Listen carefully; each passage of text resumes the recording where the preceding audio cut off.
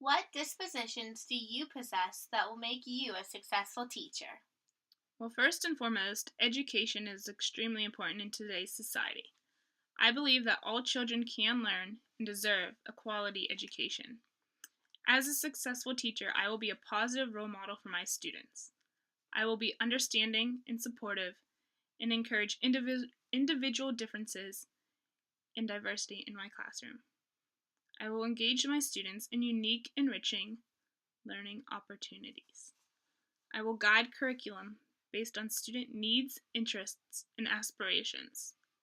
I will provide a safe learning environment for my students. And finally, I will be an advocate and encourage my students to reach academic excellence and achieve their maximum learning potential. What do you need to work on before you enter the classroom as a first-year teacher? I think before I enter the classroom as a first-year teacher, I need to work on educating myself about the school I will be at, getting familiar with faculty and school codes and conducts, and consulting my teacher and other coworkers in needs of help. I will also need to be flexible. I need to realize that not every student learns the same way and be adaptable in my teaching needs. Along with this, since not every student learns the same way, the same thing goes for one thing that works one day might not work the next. I will also need to get to know my students and realize when they're becoming frustrated and overwhelmed and restless and allow for breaks. What does a professional educator look like and how do they behave? To me, a professional educator is organized. They're fun. They have a great personality and they're always positive.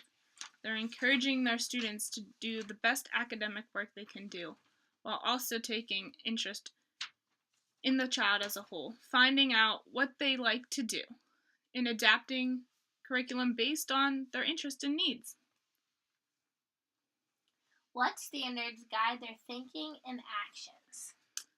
I think some standards that guide their thinking and actions are when teachers take responsibility for promoting their learners' growth and development. They need to accept diversity of different cultures, communities, languages, and standards in the classroom. The teachers also must believe that all learners can learn and achieve high levels. Another thing teachers need to understand are the general concepts, tools, and have a sense of guiding their students through behavioral management systems. They need to be engaging and know the content within themselves.